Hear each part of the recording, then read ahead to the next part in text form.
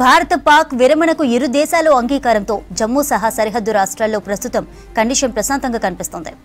Public ఇండ్ల నుంచి బయటకు వస్తున్నారు, నిత్యావసరాలు కొనుక్కుంటున్నారు. అయితే పాక్ వక్రబుద్ధితో ఎక్కడైనా దాడులకు తెగబడే అవకాశం ఉందనే అనుమానాలు వ్యక్తమవుతున్నాయి. దీంతో బార్డర్లో భద్రత కట్టుదిట్టంగానే ఉంచామంటున్నారు భారత ఆర్మీ ఆఫీసర్లు. ప్రస్తుతం జమ్మూతో పాటు సరిహద్దు ప్రాంతాల్లో నిన్న రాత్రి ఎలాంటి డ్రోన్లు ఫైరింగ్ జరగలేదంటున్నారు స్థానికులు. అయినప్పటికీ భద్రతా బలగాలు సరిహద్దు ప్రాంతాల్లో అలర్ట్గా ఉన్నారు. ఎప్పటికప్పుడు తనిఖీలు నిర్వహిస్తున్నారు. నిన్న సాయంత్రం కాల్పుల ఒప్పందానికి అంగీకరించి మళ్లీ పాక్ దాడులకు పాల్పడినట్లు తెలిపారు.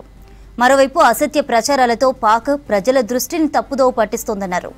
ప్రస్తుతానికి పరిస్థితి అండర్ కంట్రోల్లో ఉన్నట్లు చెప్పారు ఆర్మీ అధికారులు.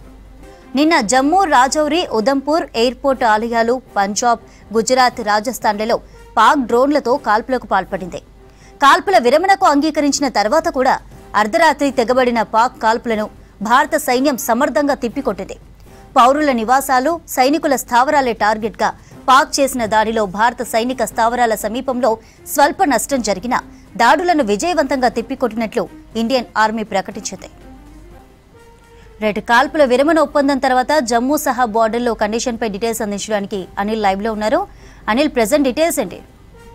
చంద్రిక, కుక్కతోక వంకర అనే సామెత పాకిస్తాన్కి కరెక్ట్గా సెట్ అవుతుందని చెప్పొచ్చు. ఎందుకనంటే నిన్న సాయంత్రం సమయంలో, అంటే ఈ కాల్పుల విరమణకు సంబంధించి ఇరు దేశాలు కూడా ఒప్పందం కుదుర్చుకున్నాయి. ఒప్పందంలో భాగంగా నిన్న సాయంత్రం 5 గంటల నుంచి కూడా ఈ ఒప్పందం ప్రకారం మన దేశానికి సంబంధించిన మిలిటరీ సైనికులకు సంబంధించి, మిలిటరీ బలగాలకు సంబంధించి వెనక్కి రావాలని చెప్పేసి, అదేవిధంగా కాల్పులు జరపకూడదని చెప్పేసి కూడా ఒప్పందం కుదుర్చుకున్నారు. కానీ 5 గంటల తర్వాత నుంచి కూడా వక్రబుద్ధి చూపించింది పాకిస్తాన్కి సంబంధించిన మిలిటరీ సైనికులు అంతా కూడా మళ్ళీ దాడులకు తెగబడ్డాయి. అందులో భాగంగానే పంజాబ్, అదేవిధంగా అమృత్సర్, శ్రీనగర్, అదేవిధంగా జమ్మూ కాశ్మీర్ ఈ ఏరియాలలో, ఈ ప్రాంతాలలో అంటే ఎల్ఓసి ప్రాంతాలని బేస్ చేసుకొని, ఎల్ఓసి యొక్క సరిహద్దుల్ని బేస్ చేసుకొని దాడులకు తెగబడ్డారు. వాళ్ళ యొక్క వక్రబుద్ధిని అయితే చూపించారని చెప్పాలి. అంటే దీనికి సంబంధించి ఇప్పటికే ఈ కాల్పుల విరమణ అంటే సీజ్ ఫైర్కి సంబంధించి మాట్లాడుకోవడం జరిగింది. దీనికి సంబంధించి ఈ నెల 12వ తారీఖున దీనికి సంబంధించిన సమావేశం ఉంటుందని కూడా మాట్లాడుకోవడం జరిగింది. ఈ సమావేశంలో భాగంగా ప్రెజెంట్ అయితే తాత్కాలికంగా ఈ సీజ్ ఫైర్ని అయితే ఒప్పందం కుదుర్చుకున్నారు. అందులో భాగంగానే కాల్పుల విరమణ చేసుకున్నారు. కానీ నిన్న రాత్రి సమయంలో మరోసారి దాడులకు తెగబడ్డాయి పాకిస్తాన్ సైనికులు. దాడులకు తెగబడ్డ తర్వాత మన భారతదేశం కూడా వీళ్ళ యొక్క వక్రబుద్ధి తెలుసు కాబట్టి, వీళ్ళ యొక్క చెడు బుద్ధి, దొంగ బుద్ధి తెలుసు కాబట్టి మన దేశం దానికి సంబంధించిన జవాబు ధీటుగా ఇచ్చింది. జవాబు ధీటుగా ఇచ్చి ఏవైతే డ్రోన్లు ఎగరేశారో అదేవిధంగా సెల్లింగ్ కూడా చేసిన పరిస్థితి. స్వల్పంగా అక్కడి ప్రాంతాలు కూడా కొంచెం ధ్వంసమైనట్టుగా కూడా తెలుస్తుంది. దీనికి సంబంధించిన విదేశాంగ కార్యదర్శి కూడా చెప్పడం జరిగింది. అయితే దీనికి సంబంధించి ఈ ప్రెజెంట్ ఈ వివరాల్లోకి గనక వెళ్తే, ఈ సీజ్ ఫైర్ అంటే సీజ్ ఫైర్కి ముఖ్యంగా మన దేశానికి సంబంధించి ఏడీజీతోని అంటే డీజీఎంఓలతోని మాట్లాడడం జరిగింది, పాకిస్తాన్కి సంబంధించిన డీజీఎంఓ.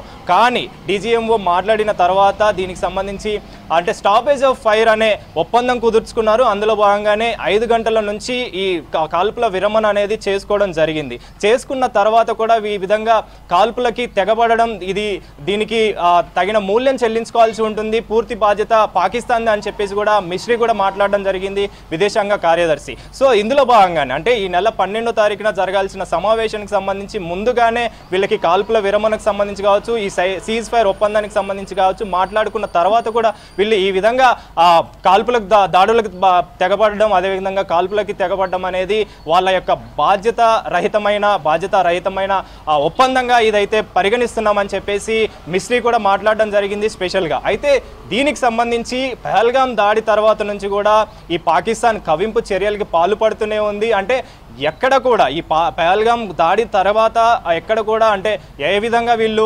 ప్రతి దాడికి పాల్పడతారు భారతదేశం నుంచి అనుకున్న తర్వాత ఆ దాడికి మించిన ప్రతిచర్య అనేది ఎక్కువగా ఉండడంతో పాకిస్తాన్ తట్టుకోలేకపోయింది. అంటే ముందు చూస్తే నొయ్యి, వెనక చూస్తే గొయ్యిలాగా పరిస్థితి మారిపోయింది పాకిస్తాన్కి సంబంధించి. సో ఈ పాకిస్తాన్ సంబంధించిన ఏరియాలన్నీ కూడా మన భారతదేశ సైన్యం గట్టిగా ధీటుగా జవాబు చెప్పింది. దానికి సంబంధించిన ఎయిర్ బేస్ సిస్టమ్ కావచ్చు, అదేవిధంగా డిఫెన్స్ సిస్టమ్ కావచ్చు, మొత్తం వాళ్ళకి సంబంధించిన స్థావరాలన్నీ కూడా ధ్వంసం చేసింది. ఆర్థిక సంక్షోభంలోకి వెళ్లే విధంగా భారతదేశం విజయవంతంగా దాడులు చేసిందని చెప్పాలి. సో ఇందులో భాగంగానే నిన్న పాకిస్తాన్ కాలబేరానికి వచ్చిన తర్వాత దీనికి సంబంధించి IMF ఈ ఈ సంబంధానికి సంబంధించి అంటే వీటి విషయాలకు సంబంధించి IMF కూడా ఇన్వాల్వ్ అయ్యి దానికి సంబంధించిన నిధులు కూడా కేటాయించింది. ఈ కేటాయించే సిచ్యువేషన్లోనే ఒక షరతు కూడా పెట్టింది, మీరు ఈ ఒప్పందానికి సంబంధించి అంటే ఈ కాల్పుల విరమణ అనేది చేసుకోవాలి, విరమణ చేసుకుంటేనే మీకు సంబంధించి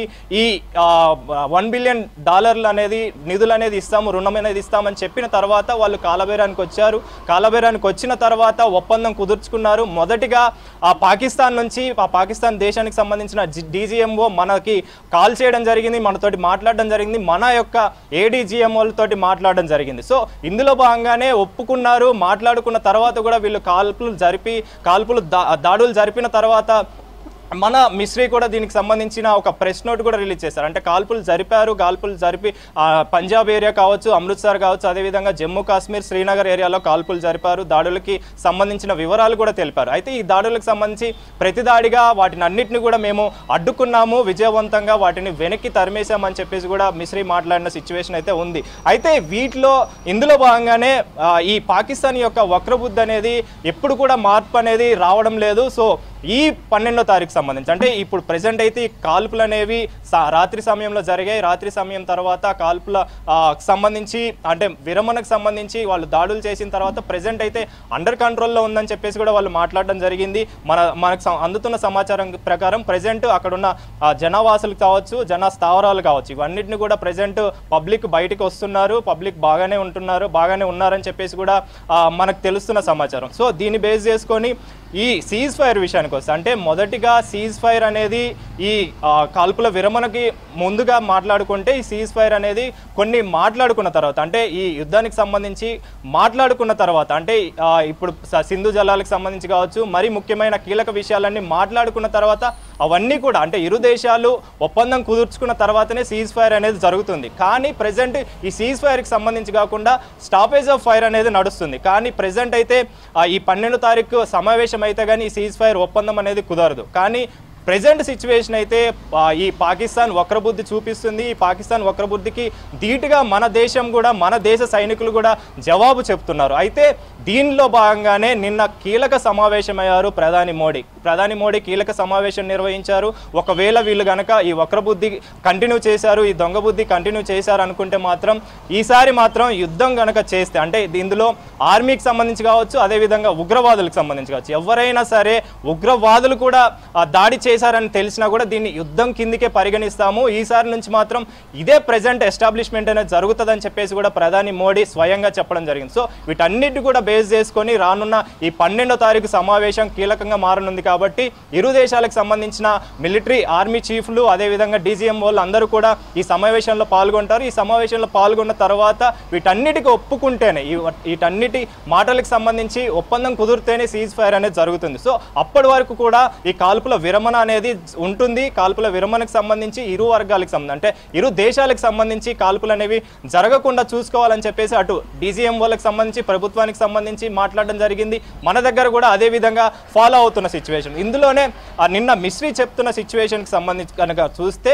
ఈ 12వ తారీఖు అనేది విడతల వారీగా మాట్లాడుకోవడం జరుగుతుంది. మాట్లాడుకున్న తర్వాత ఆ ఒప్పందానికి కనుక ఓకే చెప్తేనే ఈ యొక్క సీజ్ ఫైర్ అనేది ఉంటుందని చెప్పేసి కూడా మాట్లాడడం జరిగింది. సో ఇందులో భాగంగానే ప్రెజెంట్ ఈ వక్రబుద్ధి చూపిస్తున్న పాకిస్తాన్కి సంబంధించి బుద్ధి చెప్పే విధంగా అన్ని చర్యలు తీసుకున్నారు. అన్ని చర్యల్లో భాగంగా దానికి సంబంధించిన సరైన జవాబు కూడా మన దేశ సైనికులు ఇచ్చారు. సో ప్రెజెంట్ అయితే జమ్మూ కాశ్మీర్ ఏరియాలు కావచ్చు, పంజాబ్ కావచ్చు, ఏవైతే బ్లాక్అవుట్ రాత్రి అంతా కూడా ప్రకటించారో బ్లాక్అవుట్లో భాగంగా ప్రెజెంట్ అక్కడ అండర్ కంట్రోల్లో ఉందని చెప్పేసి అక్కడ నుంచి మనకైతే ప్రెజెంట్ సమాచారం అందుతుంది. సో ప్రెజెంట్ రానున్న 12వ తారీఖు మాత్రం ఈ సమావేశం కీలకంగా మారనుందని చెప్పాలి చంద్రిక. ये 2-4 दिन इस पीर पंजाल खित्ते में या थ्रू आउट जो बॉर्डर है हमारा गुजरात से लेकर जम्मू कश्मीर तक जो सफ़र लोगों ने किया वही लोग जानते हैं जो इनको क्या परेशानी आई हैं. दिल्ली में या इस्लामाबाद में बैठकर हुक्म देना एक अलग बात है, लेकिन जिस जगह पर ये हालात बनते हैं वहाँ के लोगों की तकलीफ को जानना ये उन्हीं को पता होता है जिन पर ये गुजरती है. तो पिछले 4-5 दिनों से इस कदर खौफ और हरास था कि जिस जगह पे मैं रहता हूँ यहाँ पर कोई बंदा बशर इंसान नाम की कोई चीज़ नहीं है। इवन जानवर तक भी अपना इलाका छोड़कर चले गए हैं। बस चंद लोग ही हैं जो शहर को संभाल के रखा हुआ है जिन्होंने। तो मेरी गुजारिश ये है कि ये जो सीज़ फायर हुआ है, ऊपर वाले की दुआ, हम दुआ करते हैं ऊपर वाले से कि ऐसा सीज़ फायर रहे और ये आए। मैं तो कहता हूँ जब तक इंसान जिंदा है तब तक सीज़ फायर रहना चाहिए। अमन से बड़ी दुनिया में कोई चीज़ नहीं है। गोली किसी चीज़ का हल नहीं है। जब कभी भी कोई बात बनती है वो टेबल टॉक से ही बात बैठ के ही बनती है। तो हमारी गुजारिश रहेगी दोनों गवर्नमेंटों से कि सीज़ फायर को कायम रखा जाए और इन लोगों पर रहम किया जाए।